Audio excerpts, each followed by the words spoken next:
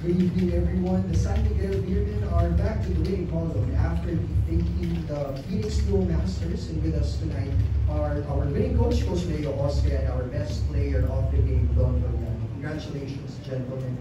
Coach Leo, nakabawi yung team sa lack of effort defensively last game with how they played tonight. At isa pa rito, yung second unit mo was able to produce over 46 points versus just 6 points nung huli ninyong laro. Ano po yung assessment niyo sa performance ng players at sa kung paano sila nag-respond sa mga adjustments nyo tonight?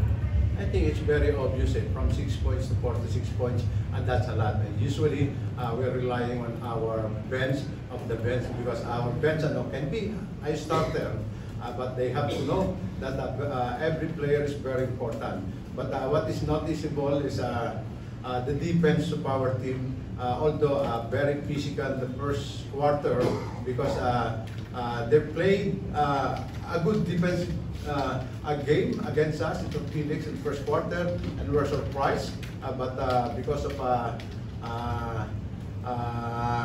they are well motivated to win because of that loss against Talk and Text, and then there's no other way for us just to win. Dahil if we will lose, we will be dropped to number 8.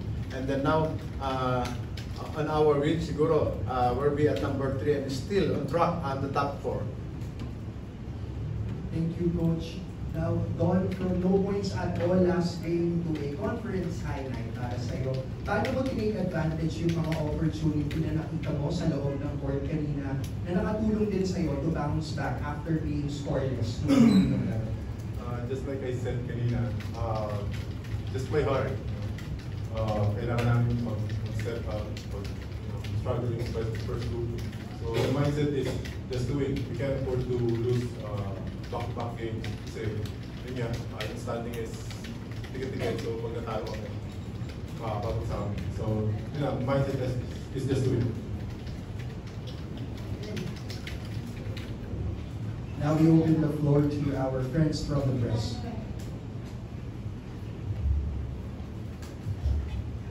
Congratulations. Thank you. Yung nga, 0 points na last game. May ano ba, during yung preparation nyo, may motivated ka ba? May special instruction to sa coaching staff to bounce back today? Yun nga, bad game ako last game. So, sobrang eager ko to bounce back ngayong game na to. Nakuha ko naman. Coach, yun nga, yung second unit mo, how important is that moving forward, especially perception nga sa atin, malalim yun, everyone can start and then.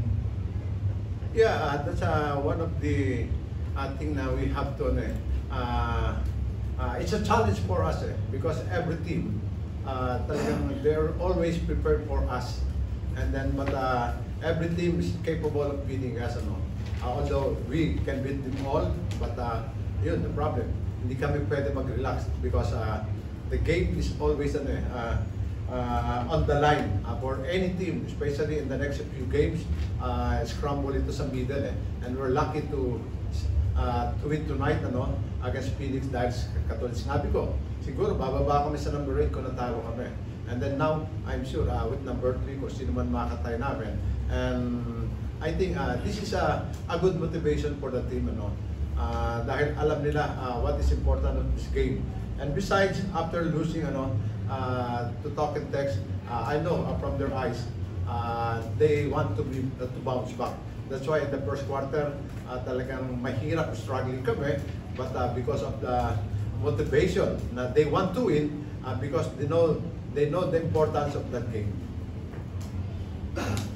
Ba't ka ba off night nung last game? Dito rin ako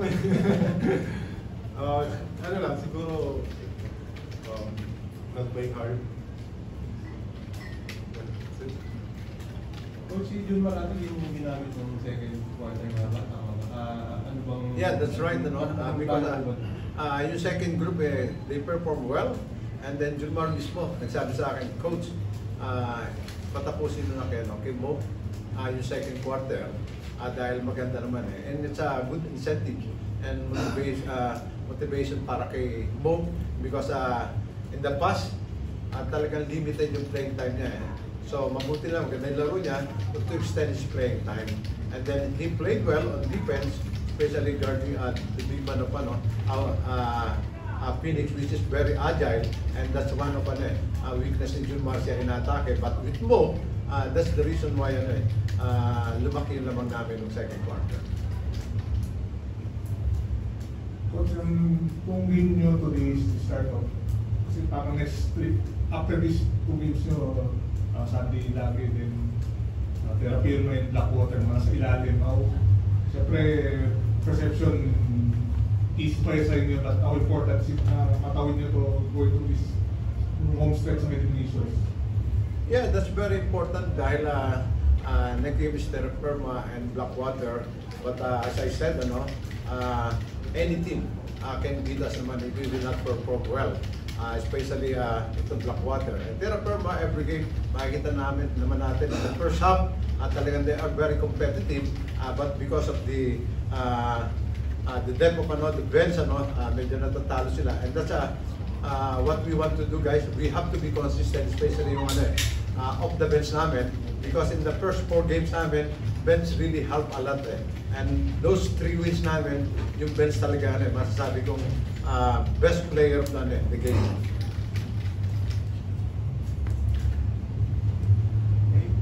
That's it for our post-game press conference. Congratulations.